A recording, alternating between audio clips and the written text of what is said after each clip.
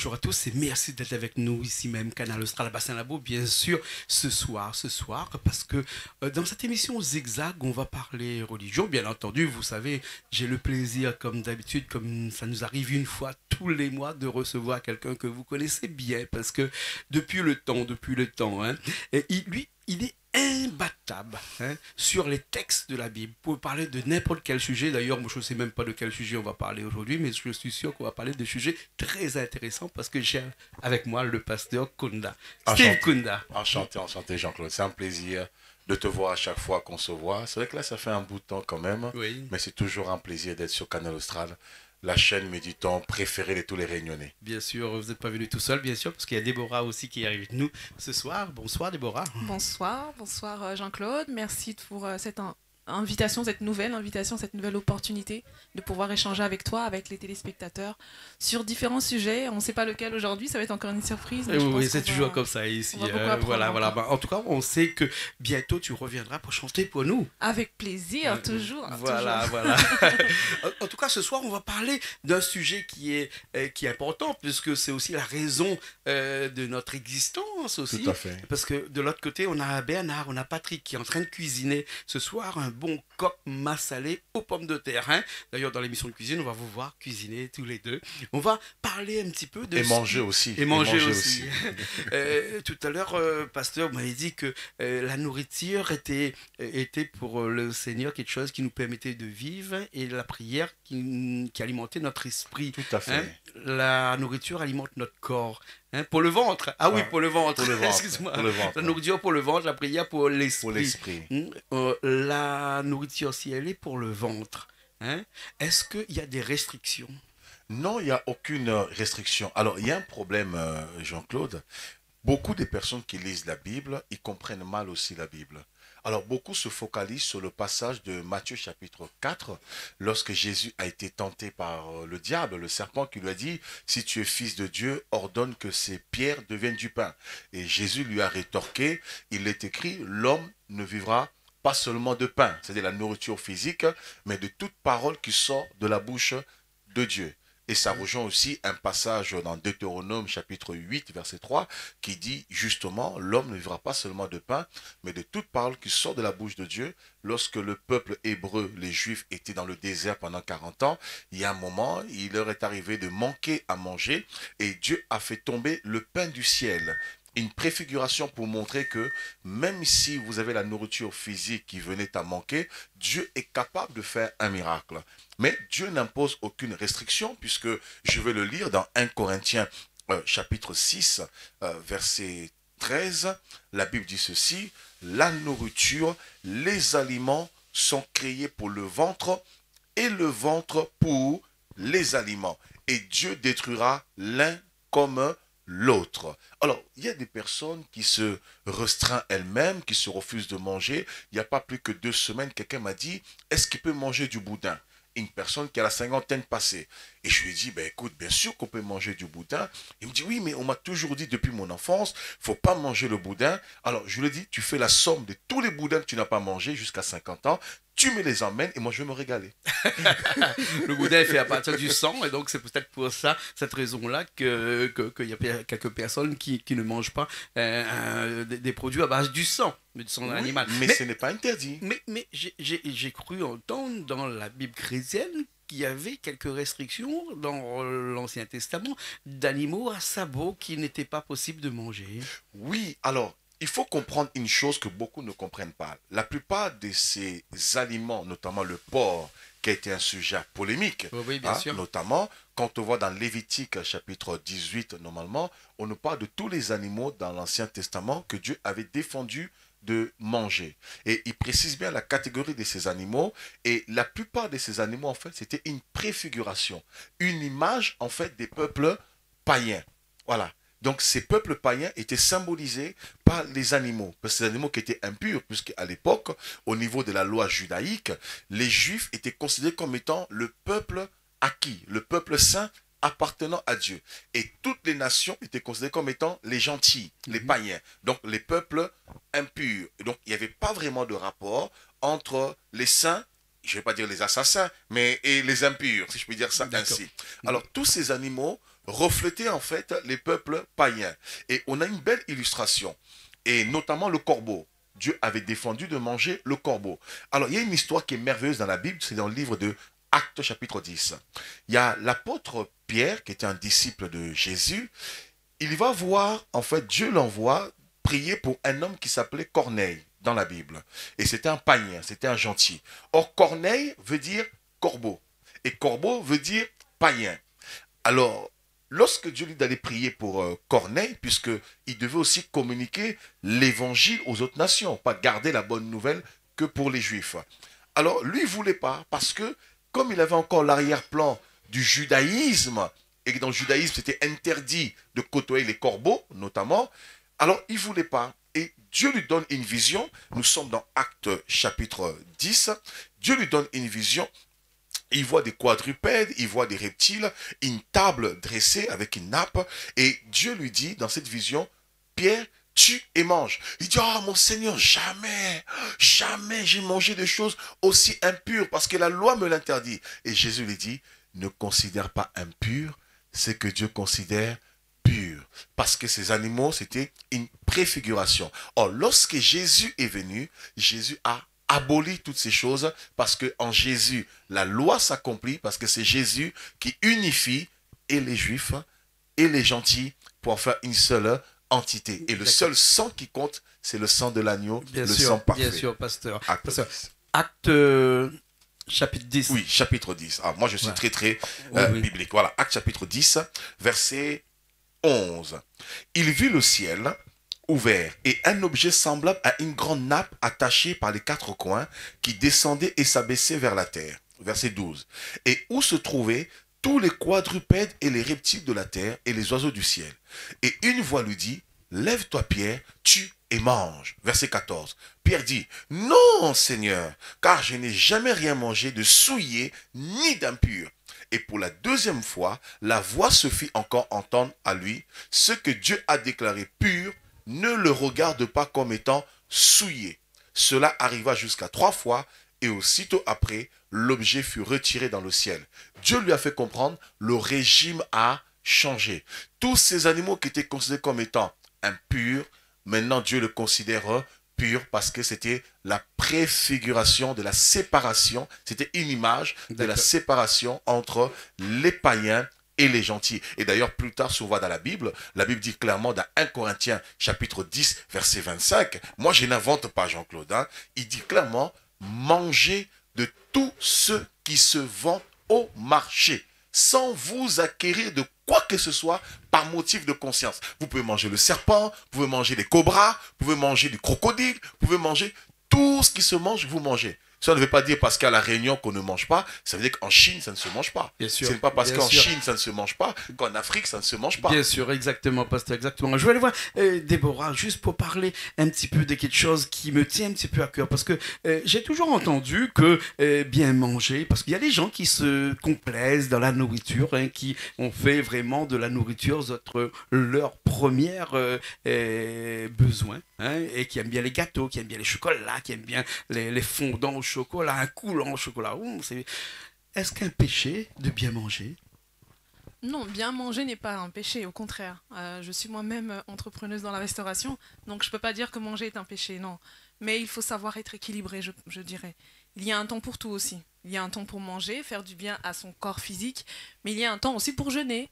Donc voilà, il faut juste être équilibré et ne pas faire les choses avec excès, parce que la Bible dit que tout excès nuit en fait, tout excès est péché. Donc, parce que quand on est chrétien, on n'a pas quelquefois des états d'âme lorsqu'on s'aperçoit que nous on a à manger, qu'à côté il y a d'autres qui n'ont peut-être pas mangé. Effectivement, ça peut aussi... je prends un exemple aussi dans mon travail. Régulièrement, j'ai des personnes sans abri qui viennent demander à manger. C'est un travail, donc je ne peux pas constamment leur donner gratuitement. Mais des choses comme des croissants, des choses qui restent, au lieu de les jeter, je les donne à ces personnes-là. Donc on doit bien sûr aider notre prochain dans la nutrition, dans le fait de se nourrir, si cela nous est possible. Il ne faut pas penser qu'à soi-même. Manger n'est pas un péché. Je dirais que c'est l'excès qui est un péché. Et cet excès-là, si on n'en fait pas bon usage, c'est encore pire. Bien sûr. Donc au lieu d'avoir un surplus et de mal le gérer, autant le donner à celui qui est dans le besoin. D'accord, on parle beaucoup de la nourriture, pasteur, hein, la nourriture sur toutes ses formes, hein, Bien et là sûr. on va parler dans cette deuxième partie de la nourriture qui n'est pas matérielle, qui n'est pas un fondant au chocolat, qui n'est pas un coq massalé aux pommes de terre, mais qui est plutôt une nourriture un peu plus spirituelle, celle Spirituelle. qui nous nourrit notre corps, Bien c'est-à-dire sûr. la prière, Bien sûr. mais il n'y a pas que la prière, Bien il y a la Bible aussi. Il y a la parole, il y a la prière qui nourrit notre esprit, puisque la Bible dit dans... Je veux juste rebondir là-dessus un Oui, petit oui. peu, sur ce que tu disais avec mon épouse. Moi, j'aime bien manger. Tout à l'heure, quand on va manger, je veux me régaler, mais je veux manger à satiété, et ça sera un grand plaisir. Jésus a mangé. Et Jésus Il s'est réjoui mangeait avec bien, ses il s'est apôtres réjoui avec ses apôtres. à table. Et il mangeait l'agneau qui était une viande doux, tendre, richissime aussi. Et ce que Dieu interdit, c'est la mauvaise gestion. La mauvaise gestion passe par l'excès de table. C'est quoi l'excès de table? On sait qu'on a mangé à satiété, il n'y a plus de place. Ce qu'on a, on peut donner aux autres, mais parce que on est tellement dans la gourmandise, dans l'excès, ah ben, la gloutonnerie, voilà, la gloutonnerie. Alors, on veut, La gourmandise. on veut. Donc, Mhm. c'est même au-delà de la L'un des 7 gourmandise. péchés capitaux d'ailleurs. Tout à Oui, fait. oui. Et là, c'est ce que Dieu interdit. Parce qu'on a une belle illustration avec Jésus. Dans Jean chapitre 6, Jésus multiplie les poissons avec le pain. Et quand il multiplie, il donne à la foule nombreuse qui était là, composée de 5000 personnes. Il les fait asseoir sur l'herbe, il distribue les poissons et les pains qui étaient là. Et la Bible nous dit il va rester 12 paniers. Les 12 paniers qui vont rester, Jésus va leur dire récupérez les paniers qui restent. Pourquoi? Parce que Dieu n'aime pas le gâchis. Dieu aime le partage. Et maintenant, lorsque nous avons, il est notoire d'exercer l'hospitalité, d'être Bien sûr. hospitalier, de pouvoir assister son besoin, son prochain. Et ça, c'est un recommandement de Dieu, un recommandement divin. Dans 2 Corinthiens chapitre 8, verset 12, la Bible dit ceci, la bienveillance, quand bien même elle existe, elle s'exerce en fonction de ce qu'elle a et non de ce qu'elle n'a pas. On peut avoir la volonté d'aider une personne. Si on a les moyens, on ne peut pas fermer ses entrailles à la personne. Bien sûr. Mais si on n'a pas les moyens, c'est tout à fait normal qu'on ne puisse pas aider. Mais la notion du partage, c'est le principe même de Jésus, puisque Jésus a dit, si quelqu'un te prend ta tunique, donne-lui la deuxième tunique ou laisse-lui la tunique. Donc la notion du partage dans la Bible, c'est même fondamental. Ça fait partie du principe de l'amour, se sacrifier pour l'autre. Ouais, ouais. Je trouve aussi que Oui. c'est vraiment une très belle question parce que ça nous concerne nous tous, hein, qu'on soit chrétien ou pas. Finalement, quand on est dans l'abondance, c'est un état qu'on aime. On aime voilà, avoir un frigo bien rempli. Mais effectivement, cette abondance qui est, je pense, permis par Dieu, parce que c'est Dieu qui nous bénit, on ne doit pas oublier l'autre. Tout simplement. Oui. Je pense que l'équilibre vient quand on a toujours cette pensée de moi, je suis dans L'égoïsme. l'abondance aujourd'hui, mais peut-être que mon voisin est dans le besoin. Bien sûr, bien sûr. Ce qui nous différencie, pasteur Déborah, de l'homme et des animaux, c'est aussi cette faculté qu'on a à manger, puisque les animaux, généralement, mangent pour se nourrir, alors que nous, on mange pour se nourrir et aussi pour se faire plaisir, parce qu'il y a quelqu'un qui a dit, je ne sais plus c'est qui a dit que manger, c'est le premier plaisir de l'homme. Hein. Nous, on mange pour se nourrir, mais on mange pour se faire plaisir. plaisir. Alors, je vais parler un petit peu de cette nourriture. Vous savez que Spirituelle, les bien sûr. Français, après Ah, je viendrai, d'accord, ok. les Français, ben, c'est connu, hein, ils ont la meilleure baguette, ils ont les meilleurs plats, gastronomie, qui est tout ça. reconnu. Voilà, voilà. Mais avant qu'on va sur la spiritualité, voilà, j'ai envie de poser une question. Je mets mon assiette sur la table. D'accord. Je suis français ou bien peut-être dans un autre pays du monde, mais je parle des Français parce que je les connais bien. Ils ont toujours à côté le petit verre de vin qui va bien avec. Est-ce que bien manger et boire un petit coup hein, et aussi m'efface pour la santé, ça c'est sûr, mais aussi pour le devoir qu'on a envers Dieu. Alors, très bonne question. Alors, là, on va toucher à quelque chose de sensible. On risque de s'attarder dessus. Beaucoup se sont servis de Jean chapitre 2, le noce de Cana, pour dire que Jésus a multiplié le vin. Et mais moi, je dis c'est faux. C'est faux. Parce que c'est une métaphore. C'est une parabole. Parce que quand on regarde Jean chapitre 2, les noces de Cana, je peux le prendre. Hein. Moi, je suis biblique. Hein. Moi, j'aime la Bible. Alors, on peut manger la Bible matin, midi, soir, ça n'a pas de souci. On nous dit, dans les noces de Cana, 3 jours après. Déjà, on dit 3 jours après. C'est prophétique. Tous a un sens. 3 jours après, pour dire, il y a eu un moment de sécheresse, un moment de disparition, 3 jours après, qui annonce la résurrection de Jésus. Après sa résurrection, il va faire une œuvre de bienfaisance envers les gens. Il va apporter la joie, il va apporter le bonheur, il va apporter la restauration, il va apporter le salut. Alors, tout est codifié. 3 jours après, il y eut des noces à Cana en Galilée. La mère de Jésus était là et Jésus fut aussi invité aux noces avec ses disciples. On nous dit, le vin ayant manqué, la mère de Jésus lui dit, ils n'ont plus de vin. Jésus lui répondit, femme, qu'y a-t-il entre moi et toi? D'ailleurs, il la reprend un petit peu. Il dit bien, mon heure n'est pas encore venue. Où est le rapport entre une dame qui demande que le vin vient manquer et lui il dit, mon heure n'est pas encore venue? De quelle heure parle-t-il? De sa mort et de sa résurrection. Quel rapport avec le vin là? Quel rapport avec le vin? Parce que le vin dont Jésus parle ici, c'est le vin de son sang. Oui. C'est le vin de son sang qui est censé apporter la joie, la vie, le bonheur, la satisfaction. D'ailleurs, on le voit ici. Quand on continue, il dit, or, il y avait 6 vases de pierre destinés aux purifications des Juifs. Les 6 vases, ça symbolise le chiffre 6. Le chiffre 6, c'est le chiffre de l'homme. Jésus est venu pour sauver l'homme. Et il y avait 6 vases de purification. Les vases de purification avaient pour but de sanctifier les personnes. C'était pour montrer que les vases de purification symbolisaient la loi. La loi ne pouvait pas sauver l'homme. Et le premier vin symbolise le vin de la loi. C'est pourquoi Jésus a dit, on ne met pas le vin nouveau dans des vieilles outres. Le vin nouveau, c'est la grâce. Bon, là, je ferme la parenthèse parce qu'on va partir dans quelque chose de Mais juste pour répondre à ma question, peut-être. Bon, je réponds. Je réponds peux de boire façon un petit claire. verre de vin ou bien c'est proscrit? Alors, concrètement, moi, je dirais, dans 1 Corinthiens chapitre 6, verset 12, la Bible dit, tout est permis, mais tout n'est pas utile. Tout est permis, mais je ne me laisserai pas asservir par quoi que ce soit.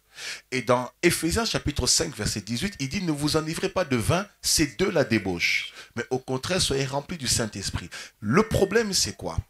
Que tu prennes un verre, ça ne tue pas. Si tu prends un verre devant moi, avec je modération. suis jamais contre. Alors, ouais. Oui, mais le problème, où est la limite de la modération? Parce que la loi exprime, moi j'ai un frère qui est conducteur, il est, comment on appelle ça, moniteur d'auto-école, et il explique en fait dans sa formation en tant que moniteur d'auto-école, à partir du moment où un être humain ingurge un verre de vin, un verre d'alcool, il est déjà saoul.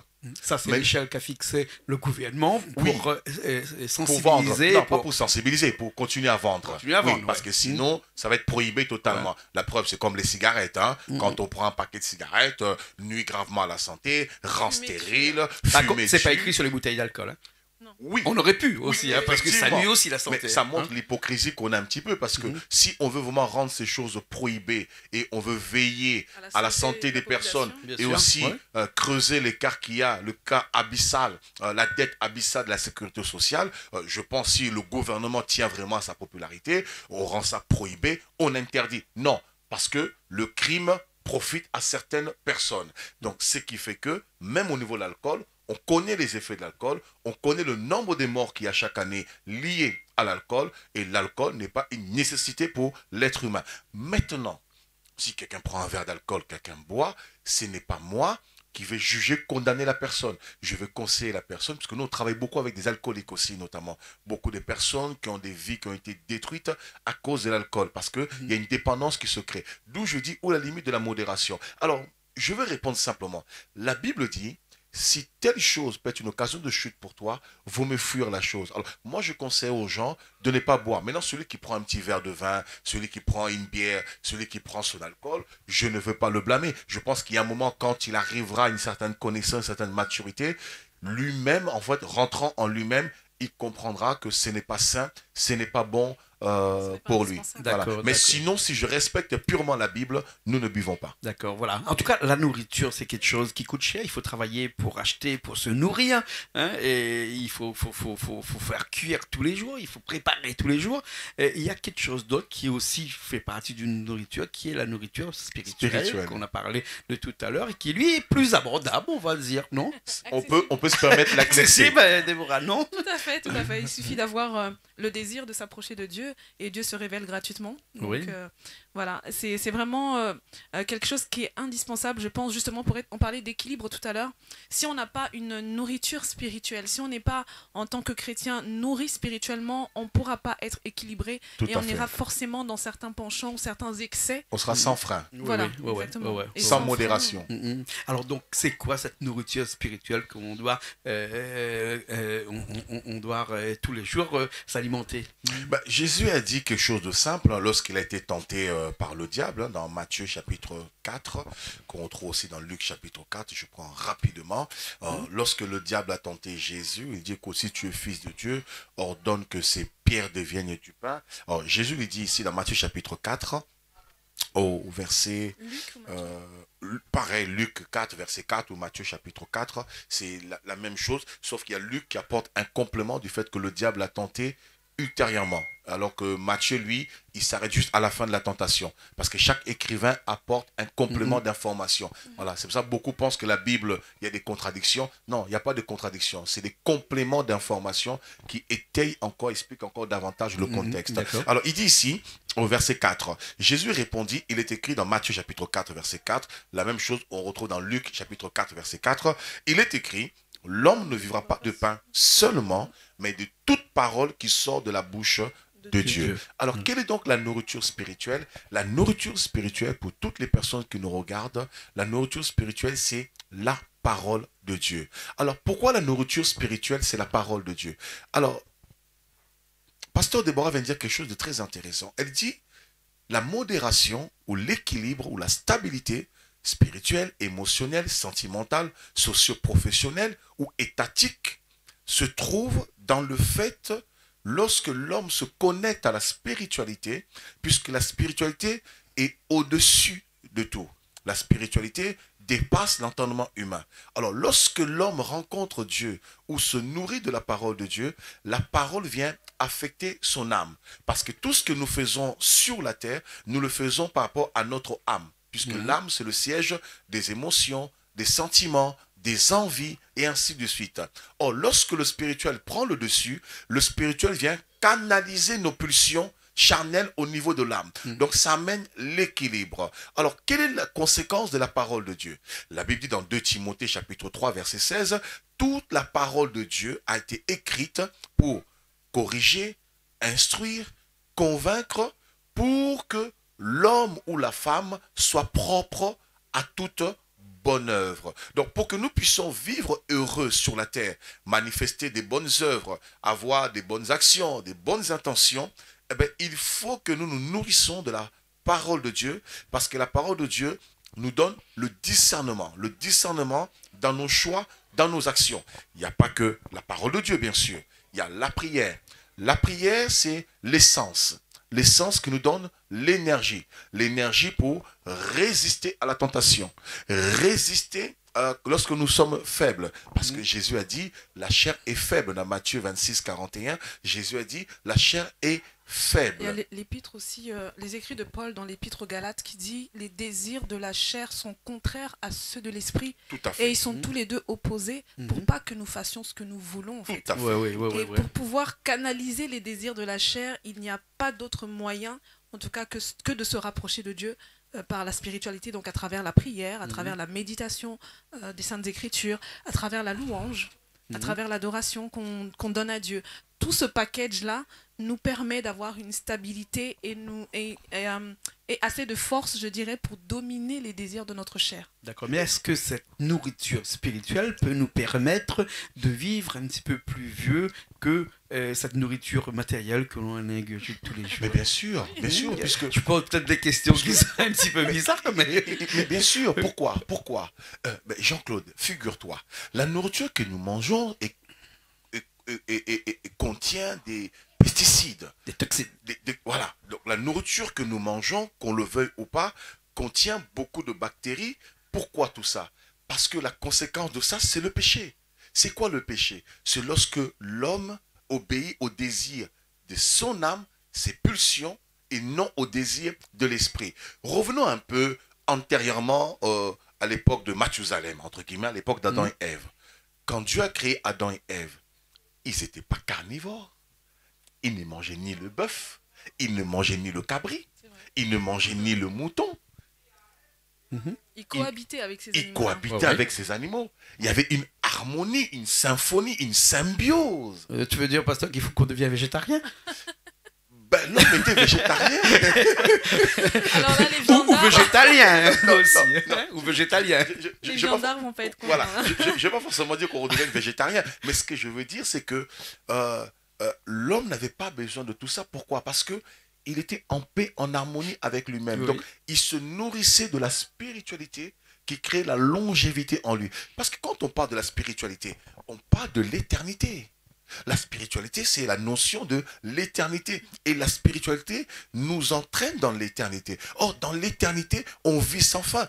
Quand on regarde l'histoire d'Adam et Ève, nulle part, Dieu avait fixé la limite de l'existence d'Adam. La limite de l'existence d'Adam sur terre est venue à cause du péché. Dans Genèse chapitre 6.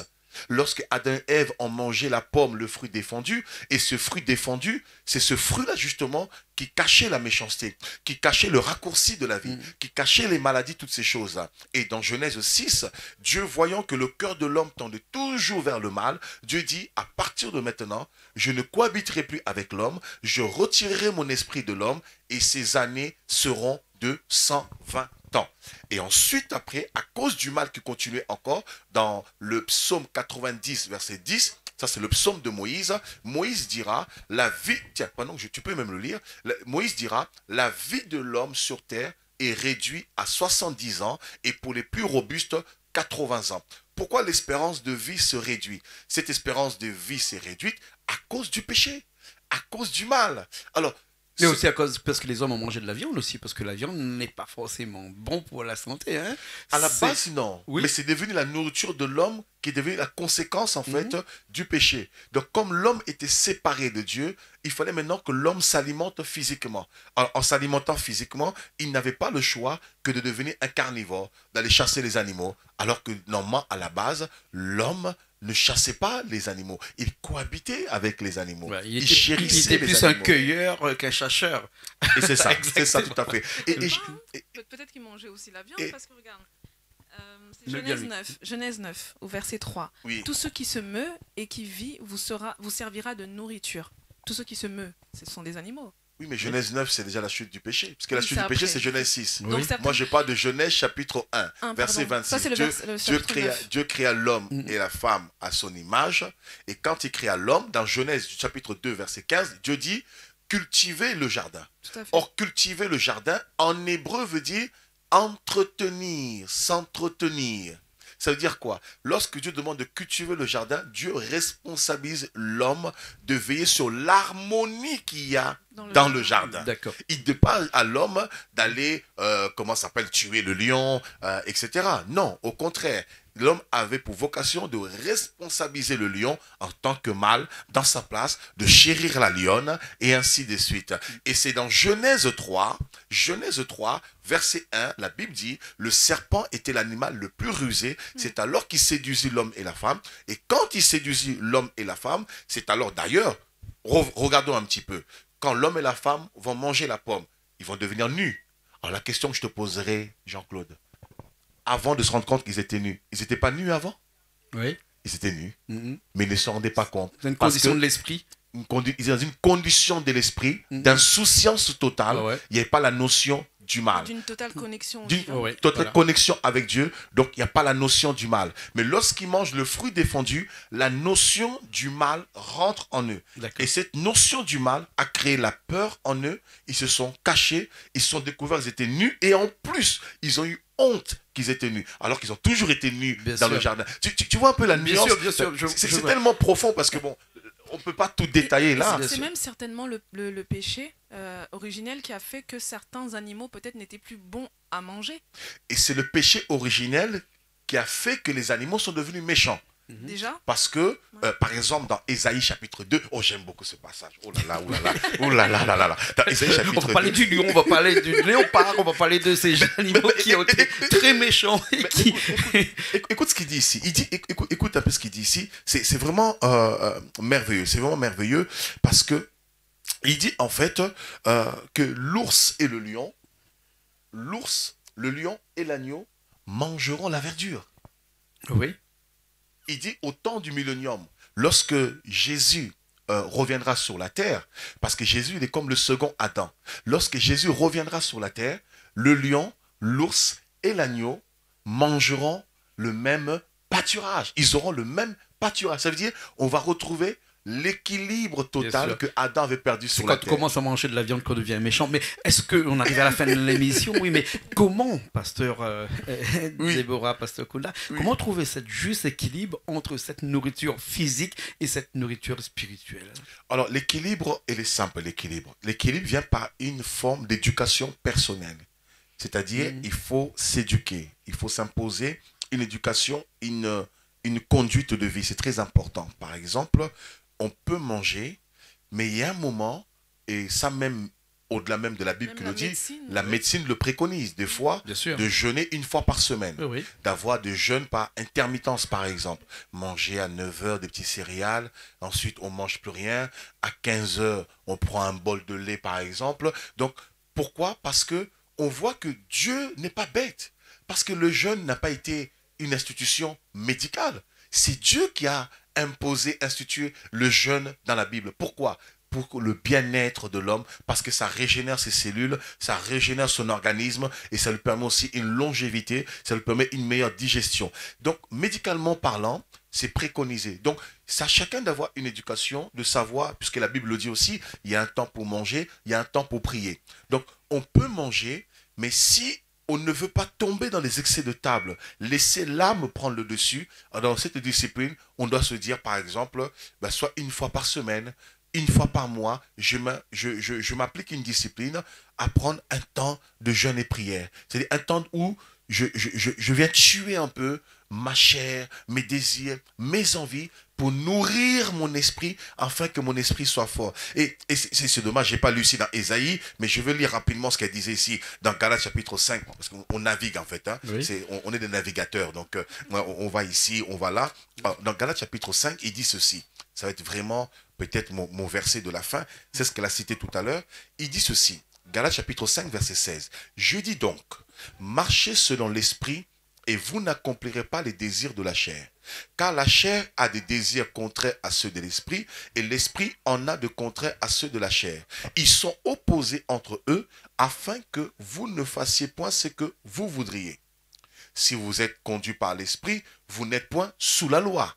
Or, les œuvres de la chair sont évidentes. Ce sont la débauche, verset 19, l'impureté, le dérèglement, l'idolâtrie, la magie, les rivalités, les querelles, les jalousies, les animosités, les disputes, les divisions, les sectes, l'envie, l'ivrognerie, les excès de table et les choses semblables. Je vous dis d'avance, comme je l'ai déjà dit, que ceux qui commettent de telles choses n'hériteront point le royaume de Dieu.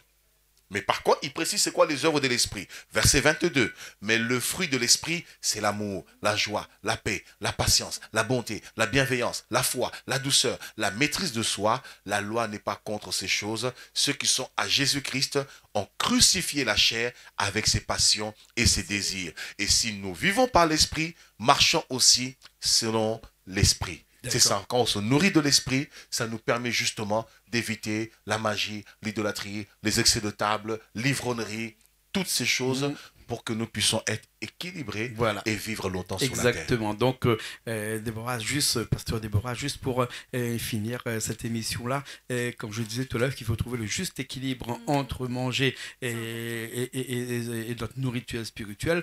Un dicton qui a dit qu'il faut manger et bouger, donc il faut manger et puis faire un petit peu de sport aussi, parce qu'il faut s'entretenir aussi, parce que ça, la Bible le dit aussi. Hein. Sinon, le pasteur va trouver un article tout de suite. C'est écrit aussi. Et après, on va faire une autre émission sur le sport. Et vraiment, cet équilibre-là est très important. Il faut vraiment trouver cet équilibre-là. C'est impératif parce que sinon, il n'y a pas de différence entre, je dirais, ceux qui espèrent en Dieu et ceux qui n'espèrent pas en Dieu. Si on a la foi et qu'on est, on est ballottant, on fait ce qu'on veut selon les désirs de la chair, mais en fait, il n'y a pas de différence, quoi. Bien sûr. Donc, c'est impératif pour quelqu'un qui aime Dieu, qui a la foi, d'être équilibré. C'est indispensable. Sans ça, il n'y a pas de différence entre ceux qui n'ont pas Dieu. D'accord. Il n'y a pas d'excès aussi dans la spiritualité? Alors, je dirais la seule nourriture où on peut se permettre l'excès, je dis bien, où on peut se permettre l'excès de table, c'est la spiritualité.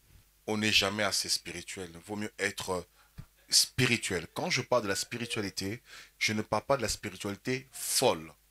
Des gens qui ne veulent pas travailler, qui se disent, moi je ne travaille pas, je ne fous rien de ma vie, je vais à l'église tous les jours, je prie, je prie. Ça, c'est la fausse spiritualité.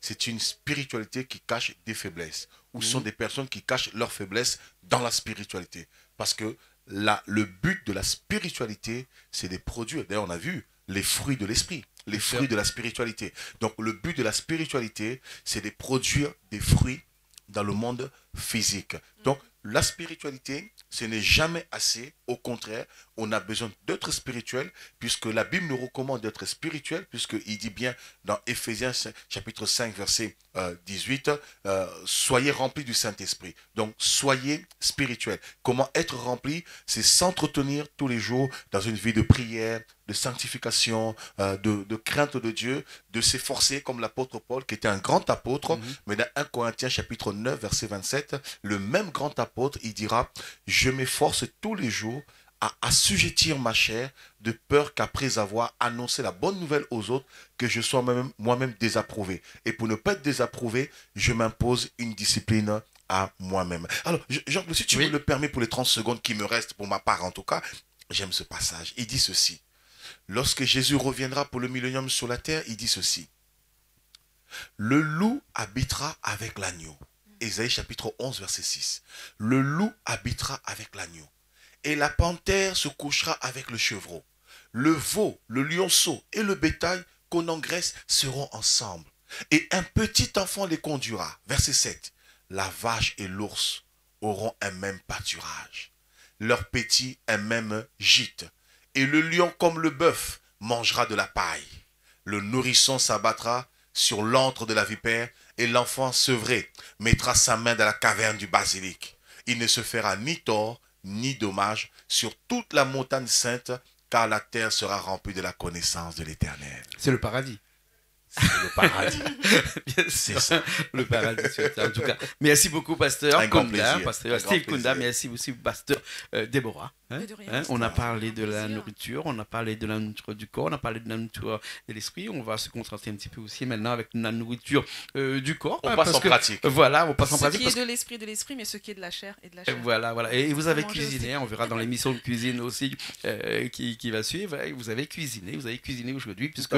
Alors, Déborah, juste pour me dire, la cuisine de tous les jours, parce que tu as un restaurant à Saint-Pierre aussi, oui, donc ça veut dire que tu cuisines aussi. Tu prends du plaisir à cuisiner? Ah oui, toujours. Alors, dans le restaurant, je cuisine pas forcément tous les jours. Ce serait pas vrai de le dire. J'ai des employés qui sont là et qui font un merveilleux travail. Mais bien sûr, on cuisine aussi avec monsieur mon mari, quand le temps nous le permet en tout cas.